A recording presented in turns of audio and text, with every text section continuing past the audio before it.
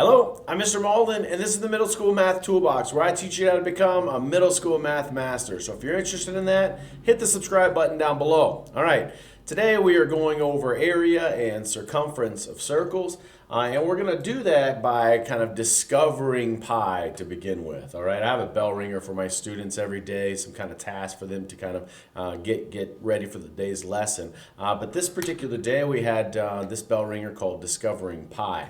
And what it was is we were first supposed to measure and get the diameter of a circular object. I'm using a box of sanitary wipes, and so I'm going to first get the diameter. I'm going to do this in centimeters because that's a smaller unit of measure. And it's about 10 centimeters, all right, from one side of the circle to the other side of the circle through the center, which is what a diameter is. That's about 10 centimeters. So we're going to say the diameter is 10 centimeters. And then our circumference, which is all the way around the edge, also known as kind of like the perimeter of the circle. All right, we're going to measure all the way around it, and we're going to find that the circumference is about 32.5. So the circumference is about 32.5 centimeters, all right? Now, these are approximate measurements. They're not going to be exactly spot on because, I don't have a laser scope and all that kind of stuff, and I don't have the proper tools to be able to get the exact measurement, but I was kind of eyeballing it here, and we're going to use these numbers to kind of help us understand the ratio between the diameter of a circle and the circumference, which is a ratio in math is just a relationship between numbers. So is there a relationship between the length of the diameter and the circumference, the perimeter of a circle? And there is one, all right? And it's this, all right? If you take the circumference, which in this case is 32.5, and you divide it by the diameter, all right, you're going to get approximately 3, all right? So if I rounded that to the nearest whole number, it would be 3.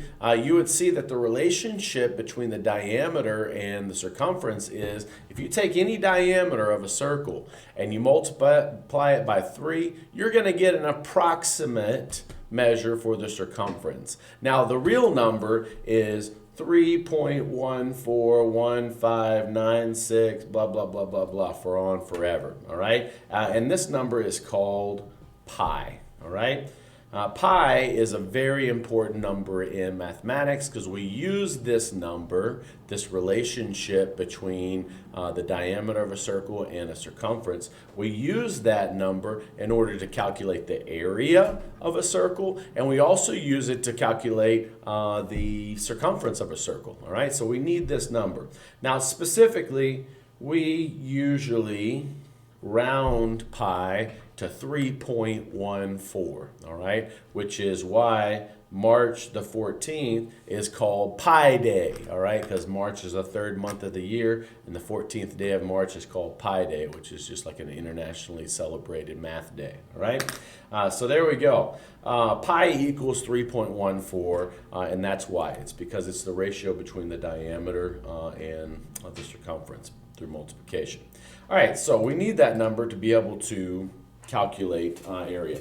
Now then, let's go over some of the parts of a circle because we need to understand these parts in order to be able to calculate area and circumference of circles, all right? So I'm going to erase everything other than pi right here so we can just have that as a mental reminder.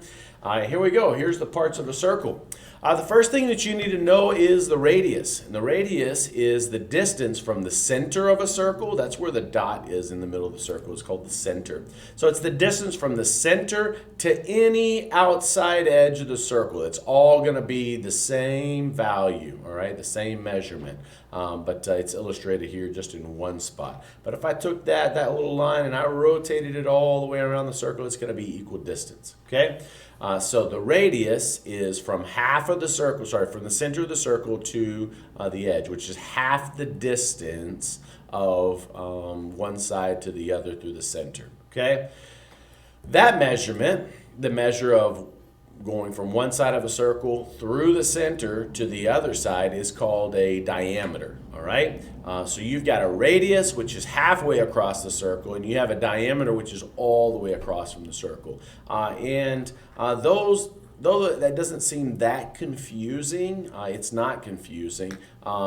It still represents the number one mistake probably students make when they're finding area and circumference of a circle is when they go to their formulas for area and circumference, they end up pulling the wrong numbers from their diagram. Because sometimes they're given a radius and they really need a diameter, or they're given a diameter and they really needed the radius. And so we just have to understand, like, if I'm given a radius and I needed a diameter, then whatever number I had for my radius, I could double it because a diameter is double that of a radius. All right, so we just need to kind of put like a little caution sign in our brain whenever we're working with these formulas for circles, because these formulas, which I haven't shown them to you yet, I'm about to in just a second, look like this. Area of a circle is pi times radius squared, all right? So that r right there tells us we need to know what a radius is, not what the diameter. So if I was given a diameter, I'm going to have to split that in half in order to find out what my radius is, all right? So there we go. Let's go on to the next bit. The outside perimeter, we don't call it a perimeter because it's a circle, but a perimeter, you get kind of the concept of an outside boundary of an object. Well, the outside boundary of a circle has a special name called a circumference, all right? And then finally, you need to be able to know what an area is, and that's just the space taken up by a two-dimensional object. So all this space on the inside of the circle would be considered its area, right? So let's go on and let's talk about circumference and talk about how to find circumference and also talk about how to find area. All right. First thing you need whenever you're finding area or circumference or even volume, any of these things, we need the right formula, all right? And the right formula for circumference, you're actually going to see two different ones. You're going to see it written as C equals 2 pi r, or you're going to see it represented as C equals pi d. Now, I'm here to tell you that those are both the same things. And the reason why they're the same things is because two radiuses equal one diameter, all right? So if I want to, if I'm given a radius in my problem, then I might want to use this formula right here. If I'm given a diameter, I might want to use this formula right here because it's going to get us a little bit quicker math. So you can use either formula, all right? And if you don't want to use either formula, you can just pick one, memorize that one, and just remember that whenever you're working with the circle, if you're given a diameter, for instance, you're going to have to split it in half in order to know what the r is, the radius. Or if you're given a radius and you're trying to use the formula for a diameter, then you have to double it, all right? So I like to use this one, and so that's what you'll see on your screen. All right, so we're always going to start with the formula, the right formula. And then we're going to fill in the right formula with the right numbers. And the fill it stage looks like this. If I'm trying to find the circumference, then I'm going to keep the big C out of these. If I was trying to find radius, then I would keep the R. But in this case right now, I want to know what the circumference of the circle is. So I'm going to keep that C. And then I'm going to rewrite the equation exactly like I see it. But when I come to variables, I'm going to put a place saver. And that place saver is going to be a set of parentheses, all right? So I'm going to rewrite the 2. I see a variable here, or a symbol, all right? So I'm going to replace that with a parentheses, and then I see another variable, so I'm going to put another place saver, another set of parentheses. And inside those place savers right there, I'm going to put the number that is pi, and then I'm going to put the number that is the radius from the circle that you see there on the screen, all right? Pi is always 3.14. And the radius, as we see on this screen for this circle right here, is the distance from the center to the edge, and it gives it to us as 8. Right there, all right? And so I put the numbers on the inside here to represent the values that the variables were standing for. And now it tells me right here, I just have to multiply these. That invisible operation between a parentheses and a number, or a parentheses and a parentheses, is multiplication. So we know we've got to multiply 2 times 3.14 times 8. And we're going to find out that the circumference is 50.24, all right? And that's what you see. All right? So now then, look at this circle and try to think about what changed between the two of these. Here's the first one and here's the second one. We still have 8 inches, but now what's being represented is not the radius of the circle like the last one. Now we've got a whole diameter being represented right here, okay? Which means we need to be able to do some work. It just depends which formula we want to use. If we want to use the formula C equals 2 pi r, then we need to make sure that the number that we put inside for r right here needs to be an actual radius. Well, what we're given is the distance from one side of the circle to the other side through the center, which is our diameter, all right? And half of that would be a radius because the radius is just from the edge to the center, all right? So half of 8 would be 4, all right? So in this case right here, the r, the radius, would be 4. So you got to really pay attention to that, okay? All right, so we would just do our multiplication. 2 times 3.14 times 4 gives us our area, which is 25.12. Okay? This last one, I want you to try this one on your own. Try to find the circumference of this circle all by yourself. So pause the video, and then once you're done, I want you to come back to see if you got the right answer. Okay? All right, this one, the formula for circumference, again, is C equals 2 pi r, and it's always a great idea to write that formula down. Even if you feel like you're too good for it or you're too smart for it, there's nobody in this world that is too smart for writing their formulas down. Whenever you're working with formulas, that's always a wonderful first step, is to write the formula down. And then you can go to the fill it stage and rewrite the formula, except when you come to the symbols or variables, you're going to substitute the numbers that you have inside the problem for those variables. So in this case right here, for pi, I substituted 3.14, and for the radius, I substituted 3, because that's the distance from the center to the edge, and that's what's given to us right there. And then when you calculate it on out and you do the multiplication, you find out your answer is 18.84. All right? If you got 9.42 on that one, then you forgot this times 2 over here. All right, just letting you know. All right, that's going to be a common mistake in this one, okay?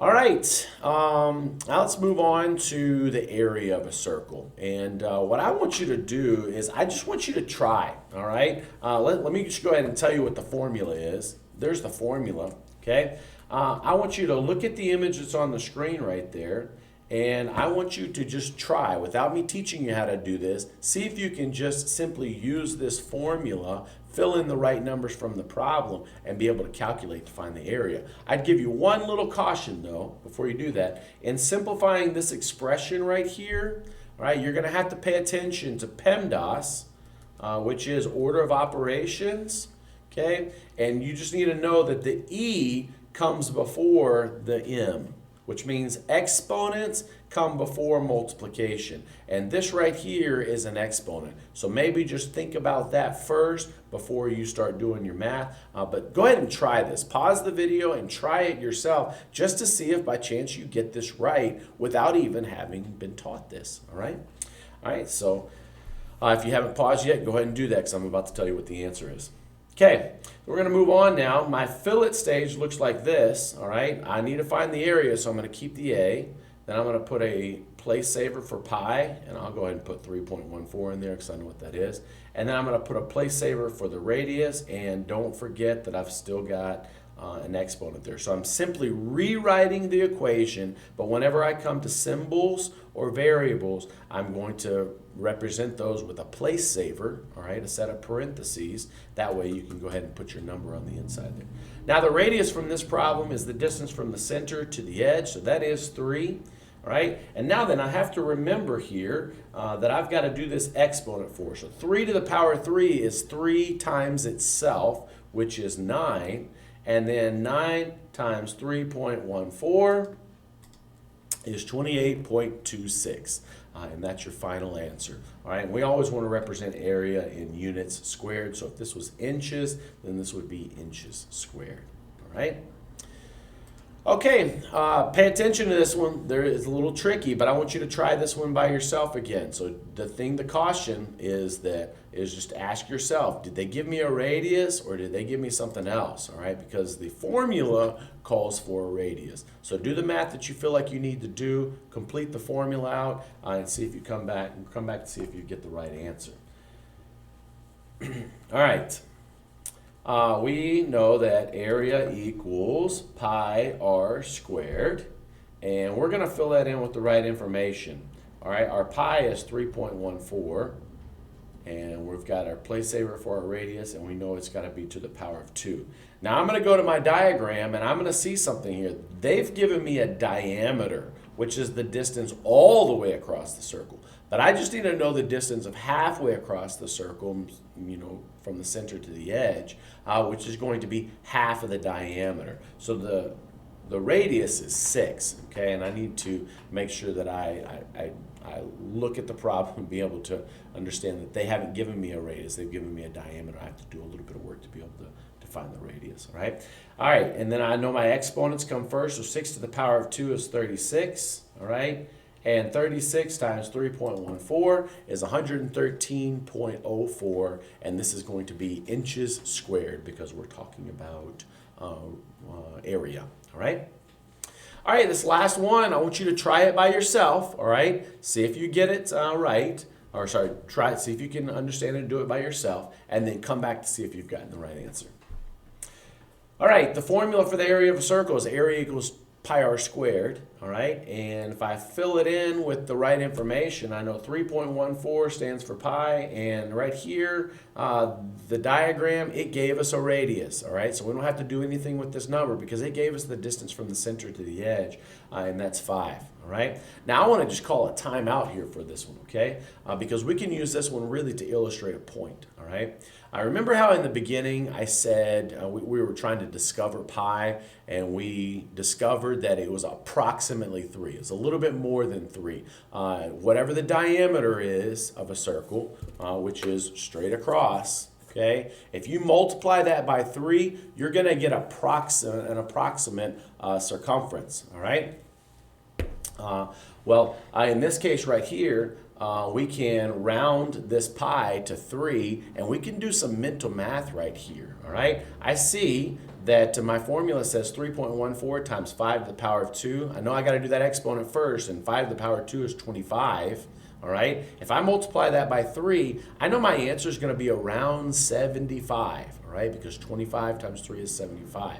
It's going to be a little bit more than that, but the reason why that's a really great thing to do is when you go and do the math, then you've got something to kind of check yourself with and make sure, okay, I've got myself an estimate, which is not an exact number, but I can use that to kind of test my exact answer to see if I really got that right, all right? When I do this math on through, the real answer is 78.25. That's when we actually use 3.14 for pi rather than 3. But that's pretty dang close to 75, and I could use that mental math to be able to check this and ensure that it's the right answer. So, all right, I hope you enjoyed the video. If you did, hit the like button down below. Share it with your friends if you feel like it might be helpful for them as well. And if you have any questions, you can put those in the comments down below, and we'll see you next time.